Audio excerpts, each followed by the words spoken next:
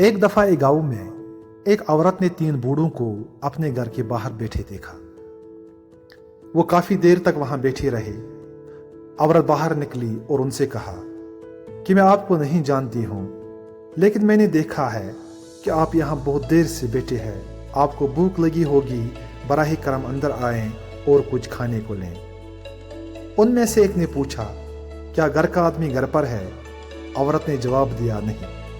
फिर हम अंदर नहीं आ सकते, बूढ़ों ने कहा। औरत अंदर चली गई। शाम को जब उसका पति घर आया तो उसने उसे बाहर बैठे 3 बूढ़ों और जो कुछ हुआ था उसके बारे में बताया।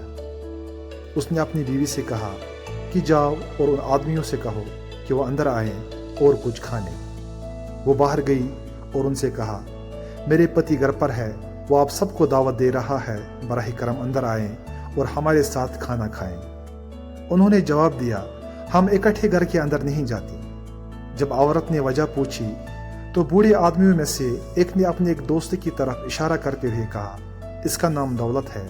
अगर वो तुम्हारे साथ जाएगा तो तुम्हारा घर हमेशा दौलत से भर जाएगा।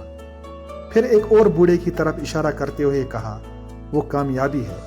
अगर वो आपके साथ जाएगा तो आप जो भी कोशिश शुरू करोगे उसमें आप हमेशा कामयाब होंगे। फिर उसने अपना तारुफ मोहब्बत के तौर पर कराया, अगर मैं तुम्हारे साथ चलूंगा तो तुम्हारा घर हमेशा मोहब्बतों से भर जाएगा। फिर उसने उस औरत से कहा कि अंदर जाकर अपने पति से बात करो कि वह अपने घर में उनमें से कौन चाहता है। उसका पति यह सुनकर बहुत खुश हुआ और कहने लगा, आइए दौलत को दावत करते हैं, उसे आने दो और हमारा घर दौलत से माला माल हो जाएगा।